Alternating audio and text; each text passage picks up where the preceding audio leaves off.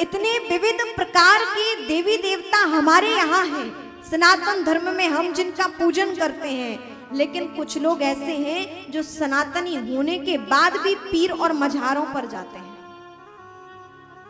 शुक्रवार के दिन उनका तो वहां तांता लगता ही है, लेकिन हमारे लोग भी बहुत से वहां पर जाकर चादरें चढ़ाते हैं। ये बहुत निंदनीय बात है और मेरी आंखों देखी हुई ये बात है।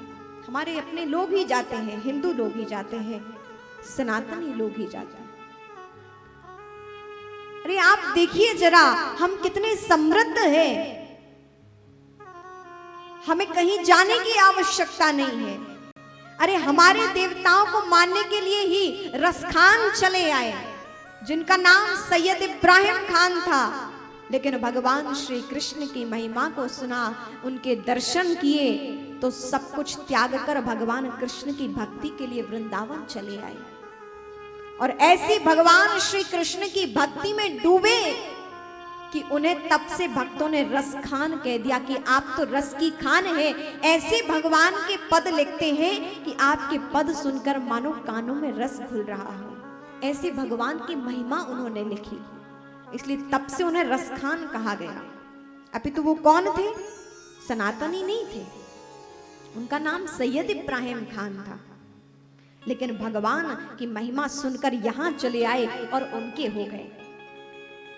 ताज बेगम थी जो हज यात्रा के लिए जा रही थी, लेकिन भगवान श्री कृष्ण के मंदिर के पास से निकली और गरुड़ घंटी बजते हुए, घंट घड़ियाल बजते हुए, आरती गायन शंखनाद सुना तो अपने सेवकों से पूछा कि क्या हो रहा है। तो कहा, अरे यहाँ तो हिंदुओं के देवता हैं और हम तो अपने पूजन के लिए जा रहे हैं, हम अपनी यात्रा के लिए जा रहे हैं, यहां रुकना ठीक नहीं, चलिए आप। तब ताज बेगम ने कहा था कि तुम कहते हो कि छोटे खुदा हैं और हम बड़े खुदा से मिलने जा रहे हैं, ये हिंदुओं का छोटा खुदा है और हम अपने बड़े खुदा से मिलने जा रहे हैं, हज यात्रा पे जा रहे हैं। तो उन्होंने कहा, बड़े से मिलने से पहले पहले छोटे से मिल लिया जाए। तो ताज बेगम मंदिर पहुंची और देखा कि वहां अंदर प्रवेश वर्जित है।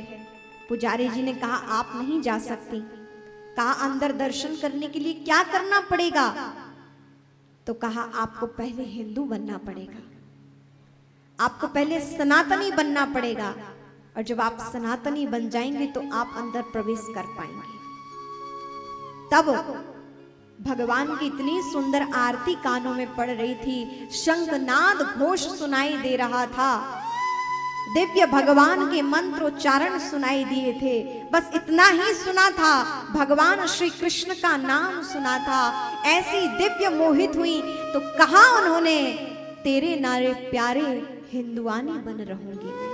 हे प्रभु, हे प्रियतम, तुम्हारे ऐसे नाम सुनकर हमें आपसे प्रेम हो गया है, आपके दर्शन करना हम चाहते हैं, आपकी इबादत, आपकी भक्ति हम करना चाहते हैं, हम आपके बनना चाहते हैं। और तभी वो वहां पर पुजारी जियों ने सेविकाओं को भेजा, उनका वस्त्र बदलवाया, उनका वहां पर अभिषेक हुआ, हिंदू परिवर्तित हुई, हिंदू बनी।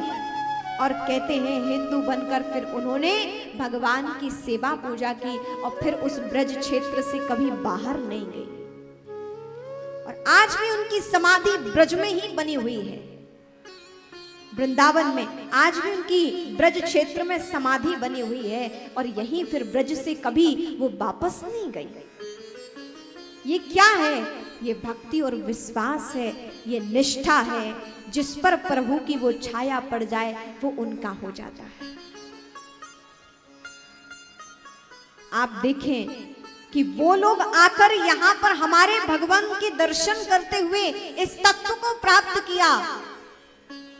आज आप देखें, रशिया में देखें, यूरोप के जितने भी देश हैं, आप अन्य कितने सारे देश हैं, आप देखें आज सनातनी हिंदू धर्म अपना रहे हैं, क्योंकि जानते हैं वास्तव में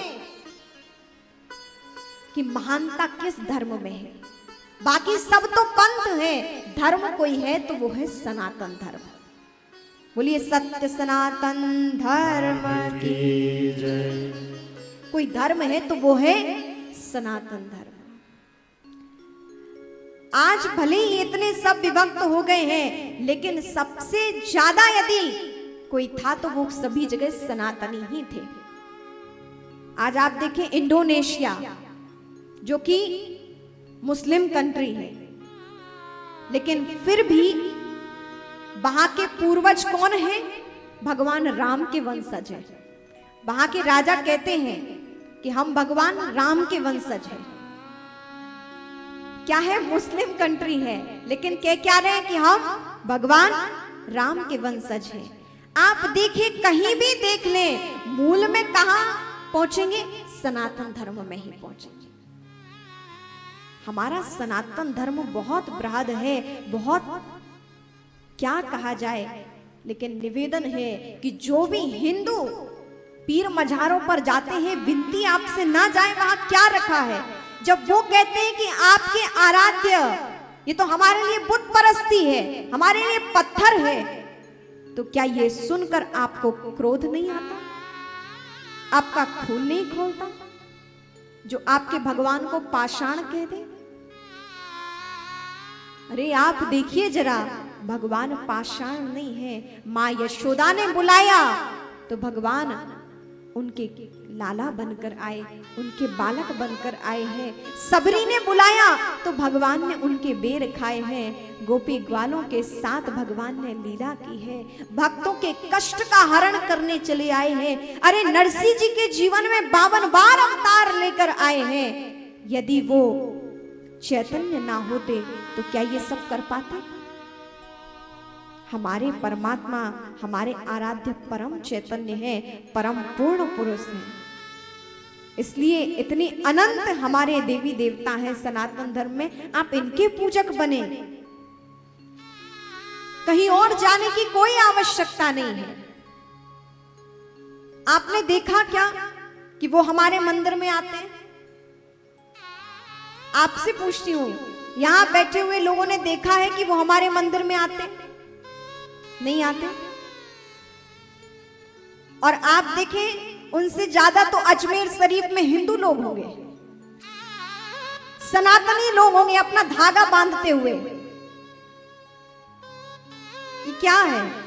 भगवानों की कमी पड़ गई है। बालाजी महाराज, जगन्नाथपुरी, रामेश्वर, वृंदावन धाम, हरिद्वार, काशी, उज्जैन, महाकालेश्वर, केदारेश्वर, 52 शक्तिपीठ, 12 ज्योतिर्लिंग, हमारे यहां अरबों तीर्थ हैं। ये क्या कम पड़ गए हैं जो वहां जाने की पड़ती है? सारे सनातनियों से इस गादी से यही निवेदन है कि अपने परमात्मा को मनाएं, अपने इष्ट को माने, अपने आराध्य को माने। ये गादी प्रभु चर्चा के लिए है, ये मेरा विषय नहीं है, लेकिन फिर भी यहां से हमें ये इसलिए कहना पड़ रहा है कि यदि हमारा धर्म रहेगा तो ये चर्चा यहां से होती रहेगी, और धर्म ही नहीं रहेगा तो चर्चा कहां से होगी। इसीलिए आप सबसे विनती है कि हमारे यहाँ अरबों तीर्थ हैं, आप जाइए। 33 कोटि देवी देवता है, मनाइए। कमी तो हमारी श्रद्धा और विश्वास में है, जो हमारी कहीं टिकती ही नहीं है। अरे हम 16 सोमवार करते हैं, भगवान शिव ने नहीं सुनी तो हम कृष्ण दरबार में पहुंच जाते हैं कि हे प्रभु आप सुनिए।